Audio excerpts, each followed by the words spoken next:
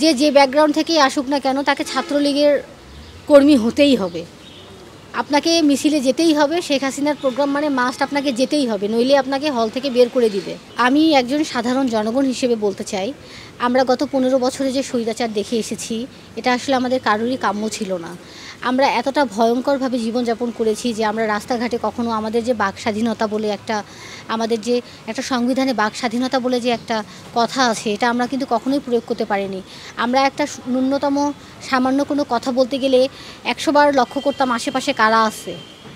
আমরা যে এখন এই স্বাধীনতাটা পেয়েছি, বাক স্বাধীনতা বলেন বা কথা বলার স্বাধীনতা, যেখানে সেখানে চলাফেরা করার স্বাধীনতা, এই জিনিসগুলো এই জিনিসগুলো আনার পিছনে কিন্তু আমার মতো সাধারণ শিক্ষার্থী, সাধারণ জনগণরাই ছিল। তো আমি গত 15 বছরে, আসলে গত 15 বছর আগে কিন্তু আমি অনেক ছোট, কিন্তু আমি যখন থেকে জ্ঞান হয়েছে, আমি যে ধরনের কর্মকাণ্ডগুলো দেখে এসেছি, এটা অ্যাজ এ ন্যাশন, এটা কোনো জাতির কাম্য নয়।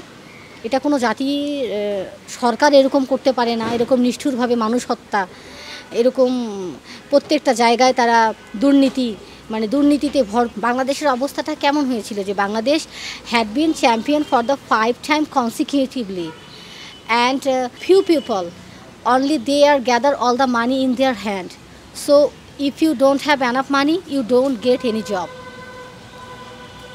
কিন্তু আমরা এখন এমন একটা সরকার এবং জাতি হিসেবে আমাদের চাওয়া হচ্ছে এরকম যে এখানে আমাদের মেধার দাম থাকবে, এখানে হচ্ছে মেধাকে বিবেচনা করে এখানে কোনো টাকা পয়সার কোনো লেনদেন থাকবে না, যেটা হচ্ছে আমরা বিভিন্ন বাহিনীর উপরেও দেখেছি যে আসলে তারাও হয়তো বা জিম্মি ছিল, তাদেরকে যেভাবে চালানো হয়েছে। এখানে অনেক ঊর্ধ্বতন মহলের কর্মকর্তারাও জড়িত।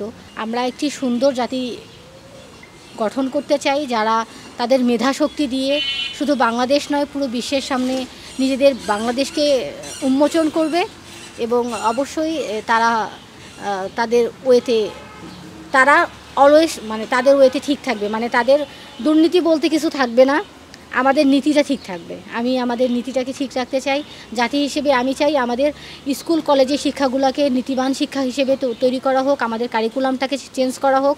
যেভাবে আমাদের কারিকুলামটাকে ধ্বংস করে একটা বুদ্ধিহীন জাতি গঠন করার উদ্দেশ্যে তারা যে কাহিনীটা করেছে, এখান থেকে আমাদের জাতিটা বেরিয়ে এসে নতুনভাবে আমাদের যে ব্রেন ওয়াশগুলো করা হইতো, আমাদের নতুন জাতি তাদের বুদ্ধিদীপ্ততা দিয়ে এই দুনিয়াকে, এই বাংলাদেশকে তারা জয়যুক্ত করুক, তারা এগিয়ে যাক।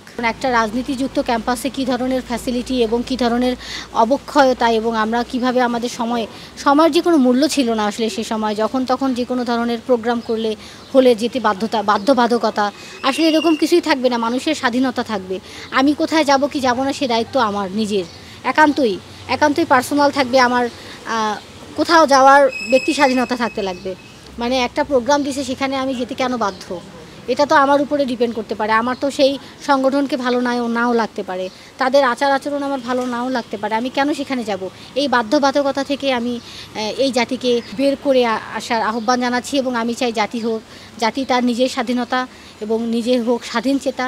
আসলে ব্যাপারটা হচ্ছে যে আমি যখন হলে উঠি, আমার বাড়ির লোকরা কিন্তু কেউ জানতো না যে হলে উঠতে গেলে পলিটিক্যালি ইনভলভমেন্ট লাগে। আমি পার্সোনালি কোনো দল সাপোর্ট করি না, কিন্তু আমাদের বাংলাদেশের প্রেক্ষাপটটা এমন হয়ে গেছে, হয়তো এটা চেঞ্জ হবে ইনশাআল্লাহ, কারণ আমরা যেহেতু একটা অসাধ্য সাধন করেছি, তাই আমরা আশা রাখি যে এই দেশ অবশ্যই পরিবর্তন হবে। তো ব্যাপারটা হচ্ছে এরকম যে ব্যাকগ্রাউন্ড থেকেই আসুক না কেন তাকে ছাত্রলীগের কর্মী হতেই হবে, আপনাকে মিছিলে যেতেই হবে, শেখ হাসিনার প্রোগ্রাম মানে মাস্ট আপনাকে যেতেই হবে, নইলে আপনাকে হল থেকে বের করে দিবে। তো এখন এখানে আমার তো ভাই ঢাকায় নাই কেউ, এখন আমাকে তো ঢাকায় থাকতে হবে। এখন আমাকে এইটা থাকার জন্য হয়তো বা কখনো কোনো প্রোগ্রামে যেতে হয়েছে, সেই সময় আমার হয়তো কোনো ক্লাস চলতেছে, ক্লাস থেকে তারা ম্যাডামদের সামনে আমাদেরকে, যারা হলে থাকে, হলের মেয়েরা বের হও, প্রোগ্রামে যাও। তো এইরকম পরিস্থিতি, এটা আসলে কোনো শিক্ষাঙ্গনের পরিস্থিতি হতে পারে না। শিক্ষাঙ্গনের পরিস্থিতি হবে শিক্ষাবান্ধব, যেখানে শুধু শিক্ষাকেই আমরা প্রায়োরিটি দিব। অবশ্যই সেখানে ক্রিয়েটিভনেস থাকবে, খেলাধুলা থাকবে, কিন্তু রাজনীতি, এরকম জঘন্য রাজনীতি আমরা কখনোই চাই না। আচ্ছা, যারা অপরাধ করবে, যারা কোনো কিছুর সাথে জড়িত অনেক আগে থেকে, তাদের তো শাস্তি হবেই দুনিয়াতে, তাই না? এটা তো আল্লাহ প্রদত্ত হইলেও হবে, আল্লাহ প্রদত্ত তো হবেই, কিন্তু জনগণের কর্তৃক তো মানুষের যারা অপরাধ করে তাদের তো একটা শাস্তি হতেই পারে। তো যদি আমার এই সার্টিফিকেটগুলোর পিছনে একজন হোক বা একটা দলীয় যারাই জড়িত থাকুক না কেন আমি তাদের দৃষ্টান্তমূলক শাস্তি চাই এবং তাদের ব্যাকগ্রাউন্ডটা আমি ঘাঁটতে এজন্যই চাই যে তারা যদি সেই স্বৈরাচার সরকারের আমলের মানুষই হয়ে থাকে তবে তারা কেন এখন পর্যন্ত তাদের পজিশনটাকে ধরে রাখছে কিভাবে, এটা নিয়ে কেন কোনো মানুষ কথা বলছে না।